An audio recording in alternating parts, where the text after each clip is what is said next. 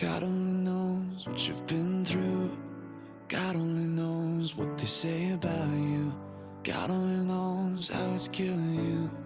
But there's a kind of love that God only knows. God only knows what you've been through. God only knows what they say about you. But God only knows the real you. There's a kind of love that God only knows.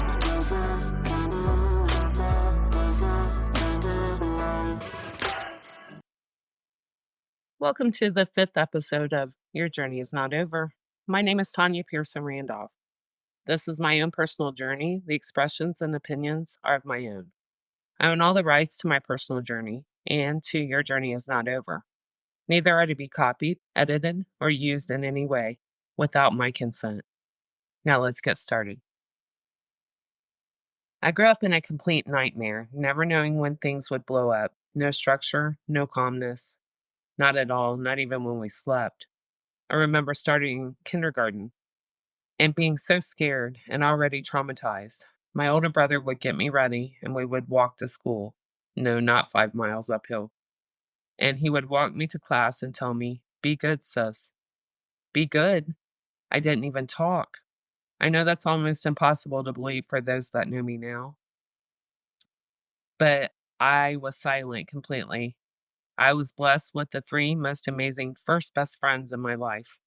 They surrounded and protected me and even spoke for me. I was backwards and so closed off and shy that they were the only ones I would talk to. I can remember the teacher asking me a question and I would whisper it to one of the three of them, and they would answer the teacher for me. And the teacher would ask, "Why don't she tell me herself?" And they would say, "Because she don't want to." I have to laugh when I think of that. Two of the three are precious people that I lost after my husband passed away.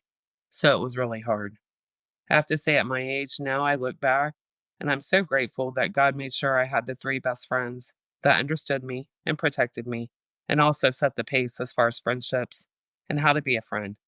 To the one that is still here with me and who I call my first best friend ever, I love you. I never forgot about us four, and I never forgot about you. It was during this time that so many things started happening.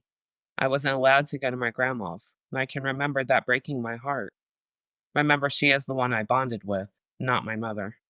It wasn't a power move around this time because my mother was still going to see her. I just wasn't allowed to go. I remember one time I was so desperate to see her that I snuck in the back of the car and I hid and I didn't come out until I was at my grandma's. When my mother got me home, I got a horrible beating for that, but it was worth it because I got to see my grandma. I was being isolated and groomed at that time, now that I know what that is. I even started peeing the bed, something I'd never done before. I got so many beatings for that and called so many names. What no one knew was I was awake each and every time I peed the bed. I was just too scared to get up and go to the bathroom. It's during this part of my journey that I have to say that this part is probably going to be the hardest for me. And I know it's an important part for people to hear, and most will relate whether they admit it or not. And one of the main reasons I am sharing and speaking out is that so nobody, and I mean nobody, feels alone. I definitely won't be graphic in my details. That is now between the perpetrators, child molesters, and God. During this time is when the molestation started. And it wasn't just one person, it was by two grown men that, of course, knew better. I recently told my older brother of these details. Of course, he knew of one, which was confirmed when we were younger, once I finally got up the nerve to tell. But my brother had no idea of the other one. I think he was shocked. Neither men have any bloodline to me, thank God above. I even remember that one of theirs wife walking in the bedroom and seeing exactly what was going on and turning around and walking out, leaving me. I can't wrap my head around it. A poor innocent child being left in such a situation. Must have been generational. Hush, hush. Sweep it under the rug. Why is that? I ask hard questions. Why are we, the victims at the time, supposed to, or are threatened to keep our mouths shut? Protect whoever, and in most cases, the family name? Don't you think the perpetrators should have thought of that before they decided to molest a little girl? I'm breaking that generational curse, that generational cycle. It's time for all survivors of sexual assault to speak out. There should be no shame on us, those survivors. The shame needs to go exactly where it belongs, to the sick minded people that violate kids to meet their own sexual needs. May God have mercy on their souls. See, I forgave both of them, one at his grave years ago, and the other right before I started this podcast. When I said in my videos that I was doing the work as far as healing, I truly was, and I still am. So much so that I found this person's address and I went and knocked on their door. Of course, no answer. So I left a nice little forgiveness note along with my phone number. Still haven't heard from this person. I didn't think I would. But the fact is, I have forgiven, and now I place that between that person and God. I get asked all the time, how can you be so forgiving? How can you love so unconditionally? Let me answer the forgiving part first. I have always, since I was young, understood that we want God to forgive us, because we do have free will. And like me, I've made a lot of bad choices and a lot of mistakes. So I want his forgiveness.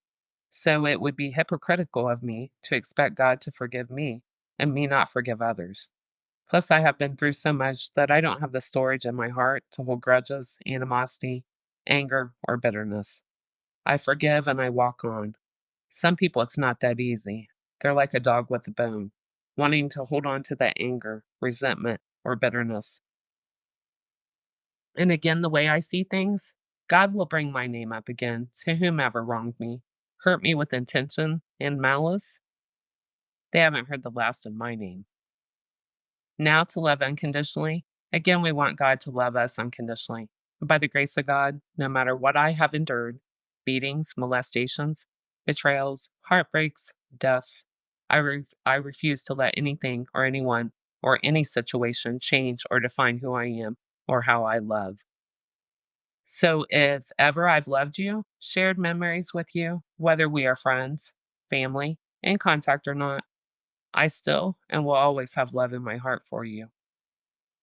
I found out a long time ago, you are a stronger person when you carry love and forgiveness than when you carry anger. Again, my own way of seeing things, we were not designed nor created or put on this earth to hurt another human being. So when we as humans set out to hurt someone with intention, with malice in our heart, God sees and hears everything. He isn't blind and he isn't deaf, and he takes really good notes on everything. I have faith in that each and every single day. This concludes my 5th episode. I feel so thankful, grateful, and blessed. And please join me next Tuesday. Until next time, please remember, your journey is not over. God bless.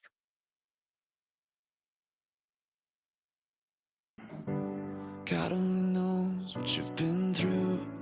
God only knows what they say about you. God only knows how it's killing you. But there's a kind of love that God only knows. God only knows what you've been through. God only knows